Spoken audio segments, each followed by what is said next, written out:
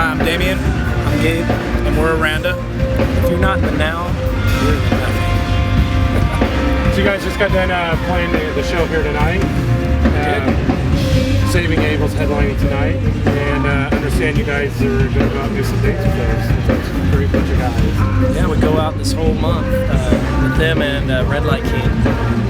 We're going to be all over the East Coast. A lot of Texas, Georgia, all over. So we're looking forward to it. We know those guys really well, so it'll be fun, just to go and hang out. Yeah.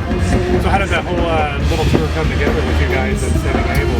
Man, well, we've known them for a long time, so I'm sure they put in a good word for us. Yeah. So that's a good thing, and it helps to have friends, on this circuit, and to be able to network and try to get on shows, and especially for a band that's trying to break through still.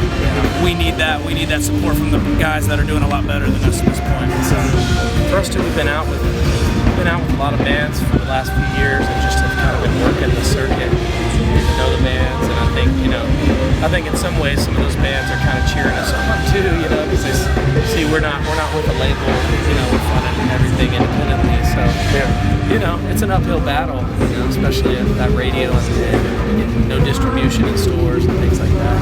It's tough. And it's always good when a band of their caliber will hey, let's bring these guys out, man. They're really showing us something by doing it on their own. Yeah. And they're not trying about major label backing them.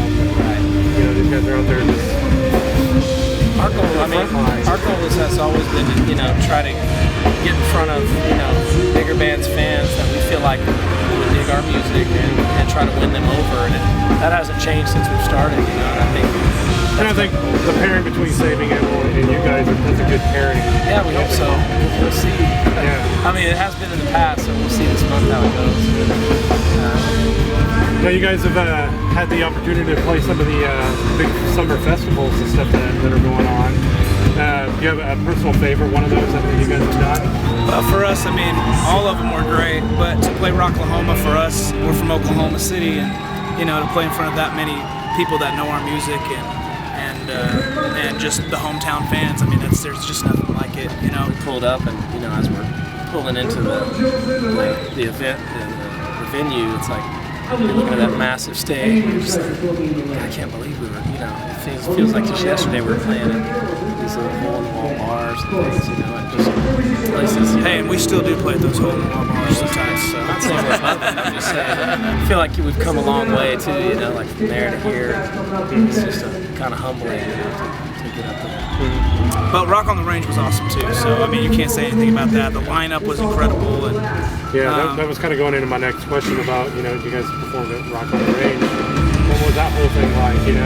Well, we thought we got kind of not a great spot, but any spot at Rock on the Range is good. We started, was it noon? Yeah, we basically opened the stage that we were on, but it was still just so many audience, man. Yeah, so many people, so much energy, incredible. Having all those people too that knew our stuff, you can see all these people. Another kind of humbling thing when you look out and you're in Ohio, really far away from home, and people are singing lyrics to your songs. It's just really cool, Yeah. Bucket list stuff. Yeah. Well, it shows you guys are doing your job. You're getting the music out there to people who aren't in Oklahoma. Right. Yeah. True. Well, we have a great team too around us and stuff. Our bandmates and everybody, and our management and our agent and all that stuff. Those guys really make it happen for us. We try to work as hard as we can, but we couldn't do it without those guys, and we definitely couldn't do it without the fans. Now, do you see any particular part of the United States maybe pulling more towards you guys? Because I know the Midwest is a really good spot for you guys. It's the Midwest. It's the Midwest for us still. Are you still kind of competing on the coast, trying to win them over? Well, definitely West Coast, only because we don't get out there a ton. So East Coast, I feel like we've gotten Baltimore and even like in Georgia and in South Carolina and places like that. They seem to really like our music, and I feel like we're getting a little stronghold there. The South's been pretty good to us. We're from Florida, Alabama, Mississippi, all that stuff. So, and we're going to hit those towns this month, so we're really excited about that. Let's talk a little bit about your guys' recording experience. Are you guys comfortable in the studio atmosphere? We are, actually. we spent a lot of time before our first album. A friend of ours is a producer, and he actually used to be in a, kind of have to back up a little, he was in a cappella group called Color Me Bad back in the day. And he went to our high school, but he went a lot earlier than we did. And when we went to that high school, his sister was going to that high school. She was my age at the time. So she had hooked up to where we could go sing for her brother, and at the time, he really loved the band, and he was like, man, I want to invest in you guys and just try to help you guys out. Through the years, he helped us out. He actually helped us get a record deal when we were a lot younger, you know, and just he formed a production team with this guy Louis Biancanello, and from then, he had us come in and we helped them a lot, do a lot of demos and things like that. So we learned a lot in the studio about how to sing in the studio and just how to, I don't know, how songs are constructed and things like that. So we feel when we got to doing our albums, you know, we felt pretty comfortable and at home in the studio. Agree or disagree? Agree. Sorry, that was kind of plain and simple. There you go. Yeah. Let's talk a little bit about your guys' live performance. For a fan who has never seen you guys perform live, what are they in for when they stand in front of the stage and you guys walk out? Well, I think for sure it's very high energy. I would say there's never a dull moment, which is cool because, I mean, usually a lot of times we get between 30 and 45 minutes to play, so we pour everything into every single second that we're on stage. So you're going to always get our best. That's what I would say. I mean, anytime we play, we're going to give our 150 million%. Yeah, we're just passionate. You know, we don't have a 50%. You know, it's like even if we don't sound good, we're still just going 100%. You know, we just don't know any other way to do it. So. And the few times that we've seen you guys live, the chemistry between you guys is magical on stage. Oh, thanks. It seems like you guys are meant to be up there. I think we feel that way too. I mean, like that we know playing music together is what God meant us to do. You know what I mean? It's like we feel a connection on stage, always have, you know, and the harmonies and just all that stuff, you know, has always been a big deal for us. So yeah, we know each other, obviously. Being brothers, we fought, we've cried. We do it all, yeah. We've done it all, man. Blood, sweat, and beer. Yeah, absolutely. Now, do you guys, I'm sure you guys each have a personal favorite song that you like to do in your set. What would that be? Yeah, I mean, it changes all the time. I mean, right now I'm really enjoying Satisfied because it's our new single and people seem to be connecting with it right now, and it's really exciting to see that because, you know, I mean, again, like Gabe said, it's hard to get on the radio, it's hard to get your music out there, and it seems like that's kind of spreading like wildfire right now. So we're both really excited about that one, and I'm sure you have another one. I like Upside of Vanity. It's just a fun song musically to play and to sing. You know, it's a lot of rhythm changes and things. And it just moves through the whole song. It's a fun song. Now, on the subject of radio and new and upcoming bands, how difficult was it for you guys to actually get some radio airplay? It's always difficult. It's a fight all the time for us. I mean, independent, you've got all these guys that are on these major labels, and I mean, they just have way more money, and that's radio. There's a lot of money in radio, and people just pouring money into it. So we kind of go the old-fashioned way, and we're just always just saying, hey, you know, check this out, check this out. And our manager is a radio promoter, so it helps us. It's helped us get into a few markets where at least they'll test in our region. Yeah, you know. and they'll test out the song and just kind of see how it does. And you know, for us, the song just has to speak for itself. You know, we're definitely not a band that, you know, we're going to put something out and people are going to go, oh, just give it a million spins and see what so happens. We're not going to get them. You know? Yeah, so we fight. We fight for every single spin we get. So are you guys getting some airplay like on Cat and absolutely. KMOD.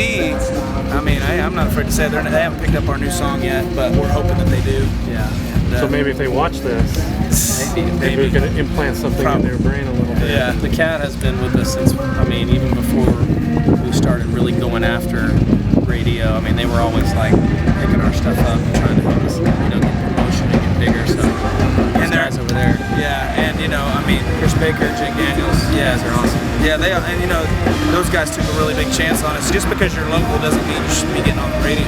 You know, it's just the way it is, and they kind of took a really big chance. And you know, sometimes it's like hard to say, but people should take more chances, you know, and I think we'd have a better selection of music sometimes if people would like step out and go, man, let's just try this, you know, why not give somebody a shot? Why not give the underdog a shot instead of, hey, the guy that's on the radio 5 million times, you know. You wouldn't be getting Led Zeppelin, Rush, and AC/DC at the top, the 15 or the 30 every hour. Yeah. Well, yeah, you know, it's all right to throw them in there once an hour, but come on, open some they're spots great. for some of these upcoming bands. Great bands, great. All that stuff is great. You know, I mean, it is. But you know, I mean, it's just a tough world, and we're just gonna keep on doing what we do, no matter what happens. So we're just privileged to be able to play. Yeah, we're just living and dying with it right now, and we're gonna throw everything at this, and we're gonna have fun on stage. We're gonna have fun playing music, and we're gonna try to connect as much with our fans, and you know, and just see where the cards land. You know. Let's talk a little bit about social networking. How has Facebook, Twitter, Reverb Nation, those things, how have they affected you guys' band? I think it just helps connect, like we talked about, with people that aren't in our local region. We're able to expand. They all kind of work together with the radio. You know, it gives us a way to see that, oh, these people we got added, and we're getting played in Ohio, Columbus, and wow, Twitter, I just got followed by 60 people from Columbus. So lets you know that the radio's working, and then you can connect with them and start kind of spreading the word and encouraging them to spread the word around there, call in and stuff. Do you guys do one of the social networking sites more than the other? Like, do you Facebook more? Or Twitter and Facebook are pretty equal, you know. We try to jump on both of them. We've got people that help us. We're on the Facebook, but for the most part, we like to get on there and comment. It gets a little overwhelming, you know. People don't understand we got a lot of other stuff that we're trying to make happen. Job. Yeah, this is a job. It's not like you just show up and walk on stage and play and leave. Get on our tour bus. Yeah. Nancy back here. Yeah. There's a lot that goes into performing even at 30 or 45 minute set. Yeah. And like going back to, you know, the energy, I mean, we exert a lot of energy on stage. It takes a little bit to recover from that, you know what I mean? So, especially when you're doing all the outside festivals. So yeah, it's a grind, but it's a beautiful grind, you know. We love to do it. So. Now, where all can our readers find you guys on the internet? Man, if you go to arandamusic.com, it's got hubs for arandamusic.com.